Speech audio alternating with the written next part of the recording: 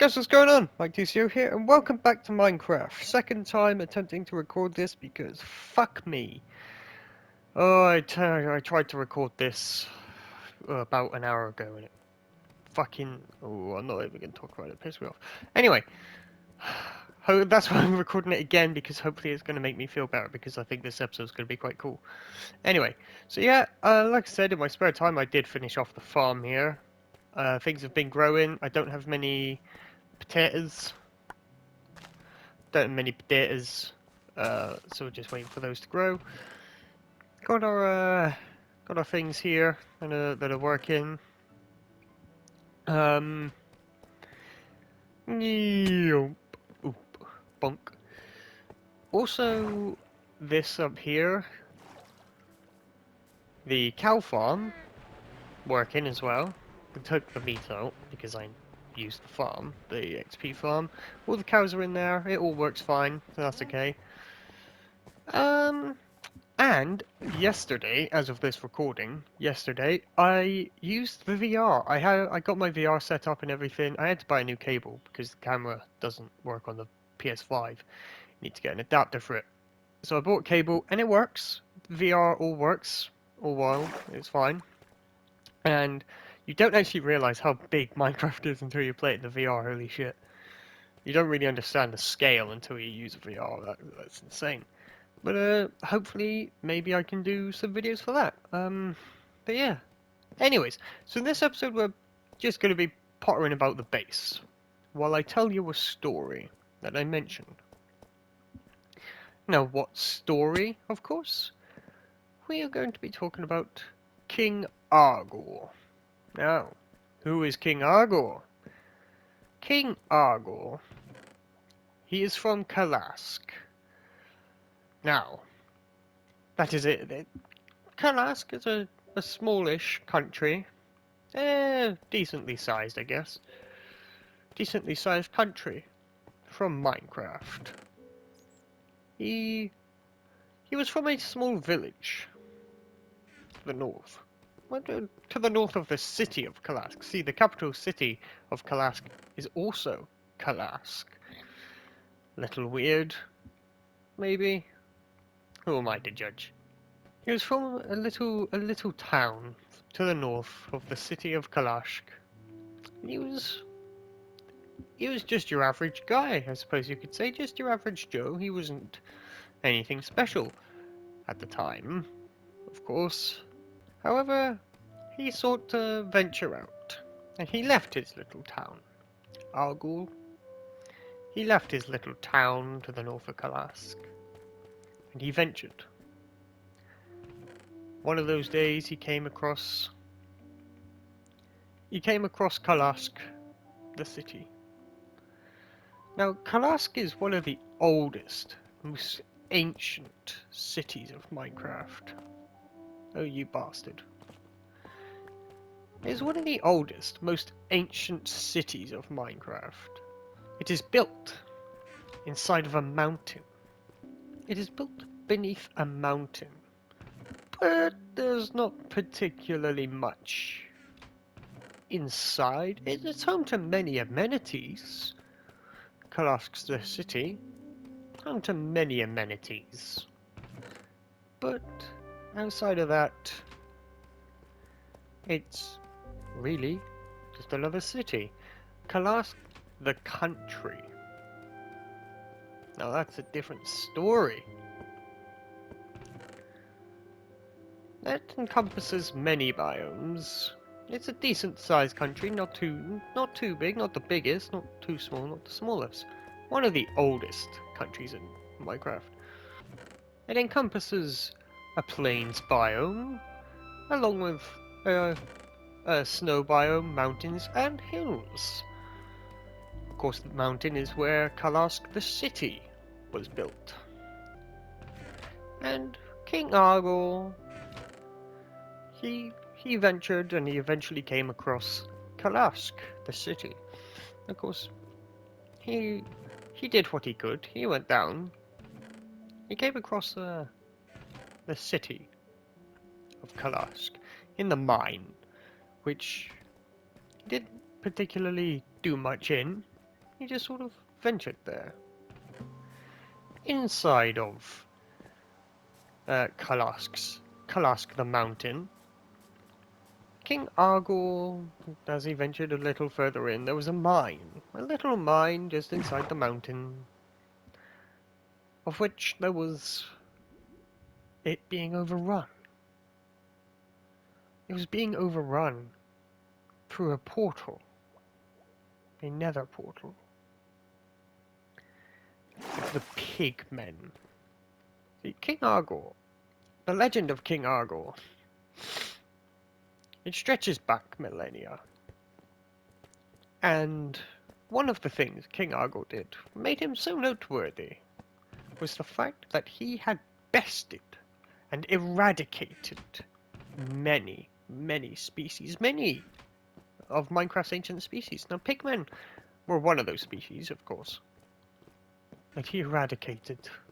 But that was a little later in on this story. Let's not get ahead of ourselves now.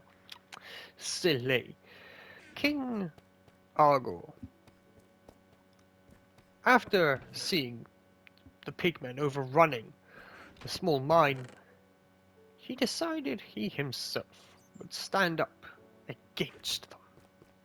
And he took a sword from one of the miners and fought back.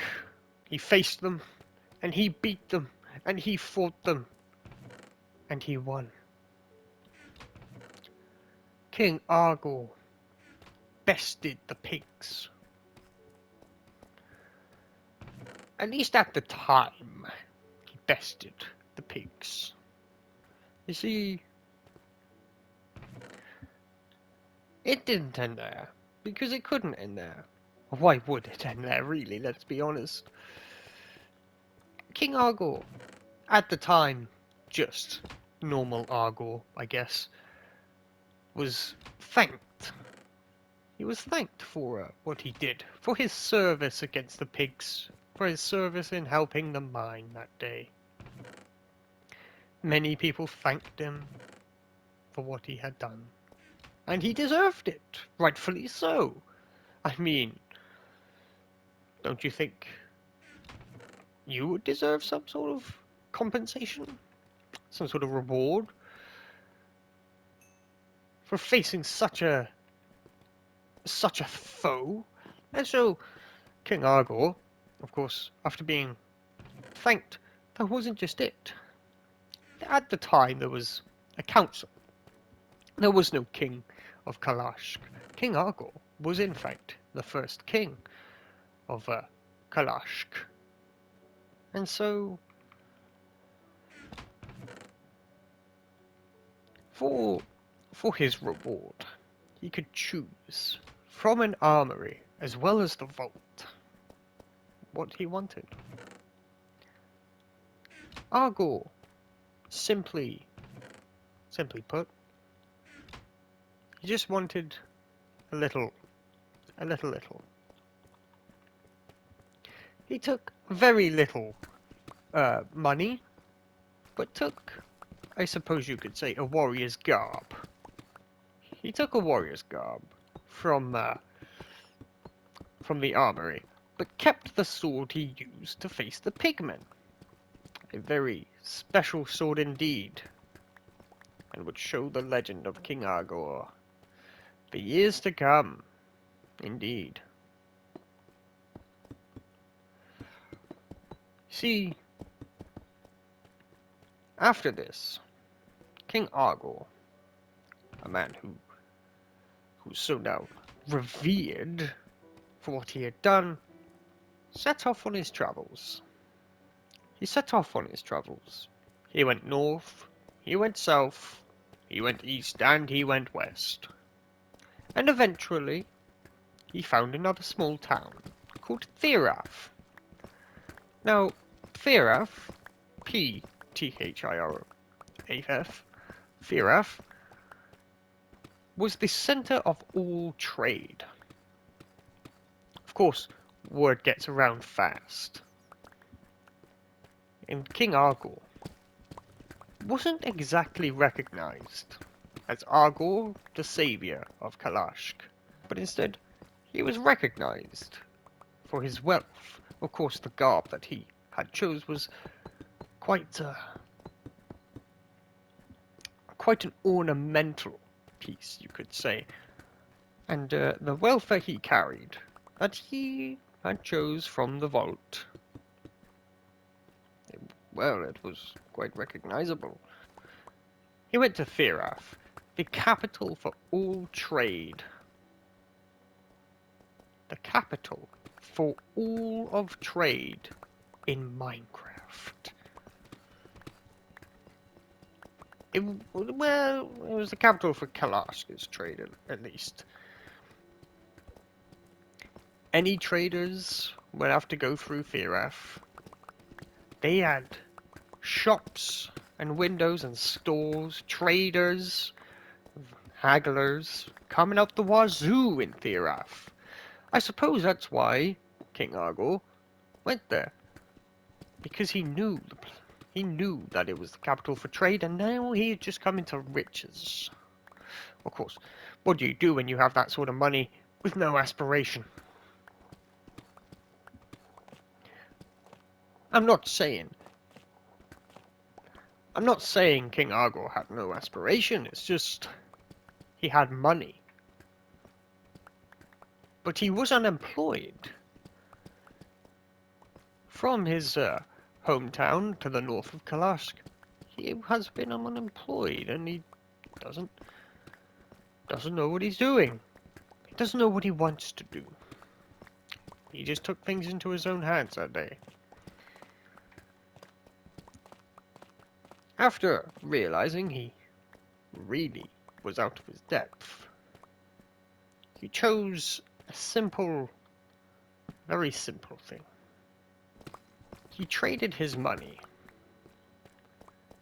for obsidian.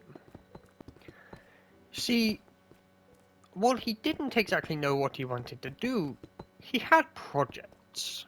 He had a few things that he kind of knew he wanted to do, but he wasn't exactly certain. And so, King Argor, taking the obsidian, he ventured back. He ventured back to his home, to the place he came from. Of course, he still had his warrior's garb, and it was a very, very nice warrior's garb. Word eventually travelled, and those of that city of Therath, those of that small town of Therath, realized that the man that they just dealt with was the savior of Kalask Mine. They didn't realize who it was, or his importance. But once they realized that that's who he was, it all sort of fit together. This man was someone special. I mean, you don't get a warrior's garb like that by being a nobody. It was a few short months, but eventually King Argor returned to Kalask. Now, this is where the story of King Argor really gets going. King Argor, after asking for that obsidian, he had some diamonds at home, as well as books. There we go, that's the library done. He took that obsidian, as well as those diamonds, and he sort of put them together. He used lapis on a book, turning the book magical. I don't know how or why he did this, but we know that he did. God knows where it originally came from. King Argor had just made the first ever enchanting table, using His sword, he enchanted it with a power known as Smite. Using the new Smite power. Using the protection power.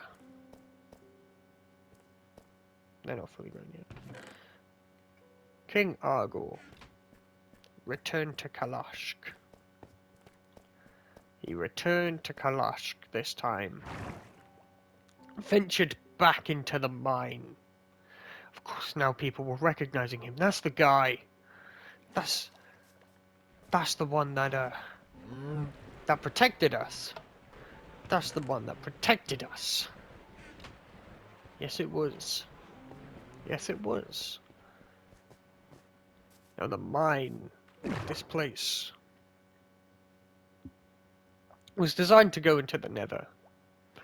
And he walked in there, surrounded by pigmen. King Argor, now infuriated with the pigmen for what they had previously done, for their previous attack. King Argor, this time a warrior, cut down the pigmen, slash after slash, one by one, walking to and fro, every nether fortress he saw, cut down, sliced, ripped apart. Every pigman that there was felled. Extinction before the pigmen. Who exactly were these pigmen? They don't exist anymore.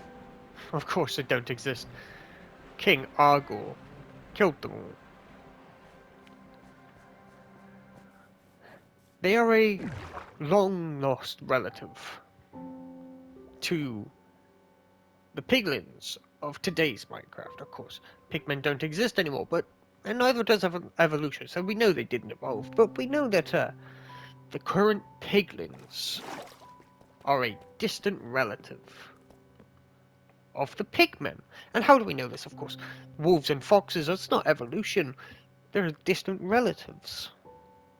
The current piglins, very similarly close to the pigmen from long ago. And they're all dead now, as King Argor bested them. He didn't just best them, he killed them, he eradicated them. He made sure they would never exist again. Extinction. Pure extinction before them. That is the first part of the legend of King Argor. There is more to the legend of King Argor. Much more to it. From his story of enchantment, to the first netherite pickaxe, to the extinction of the pigmen. The story of King Argor is not over yet. But I'm afraid you're going to have to wait for the next episode of Minecraft for that. King Argor is a legend that will not die. He is the original eradicator, the original enchanter, the first and the last of us all. But that does it for this episode. Like I said, there is more. There is more for King Argor's story, which of course we're going to have to cover next episode. Now, we built the library, which I think kind of looks shit, but it's just to house a lot of the book and quotes, which I'll be doing for this story time, like I mentioned. Of course, there's a lot more to do.